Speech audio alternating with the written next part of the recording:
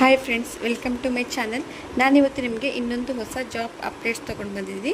ಅದ್ಯಾವುದು ಅಂದರೆ UPSCಯಲ್ಲಿ union public service ಕಮಿಷನಲ್ಲಿ ನಿಮಗೆ ಒಟ್ಟು 933 ಹುದ್ದೆಗಳನ್ನು ಕಾಲ್ಫಾರ್ಮ್ ಮಾಡಿದ್ದಾರೆ.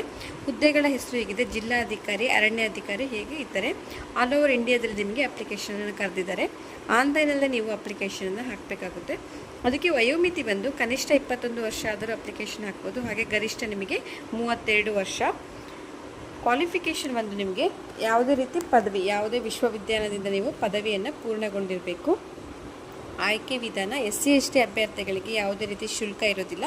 ಹಾಗೆ ಇತರೆ ಅಭ್ಯರ್ಥಿಗಳಿಗೆ ನಿಮಗೆ 100 ರೂಪೀಸು ಶುಲ್ಕ ಇರುತ್ತೆ. ನಾನು ವೆಬ್ಸೈಟ್ ಲಿಂಕನ್ನು ನಿಮಗೆ ಕೊಟ್ಟಿರ್ತೀನಿ, ಅಲ್ಲಿ ಹೋಗಿ ನೀವು ಅಪ್ಲಿಕೇಶನನ್ನು ಹಾಕಬೇಕಾಗುತ್ತೆ. ನಿಮಗೆ ದಿನಾಂಕ ಬಂದು ಆನ್ಲೈನ್ ಅಪ್ಲಿಕೇಶನ್ ನಿಮಗೆ ಫೆಬ್ರವರಿ 4ರಿಂದ ಶುರುವಾಗುತ್ತೆ ಹಾಗೂ ಕೊನೆಯ ದಿನಾಂಕ ಬಂದು ಫೆಬ್ರವರಿ 24.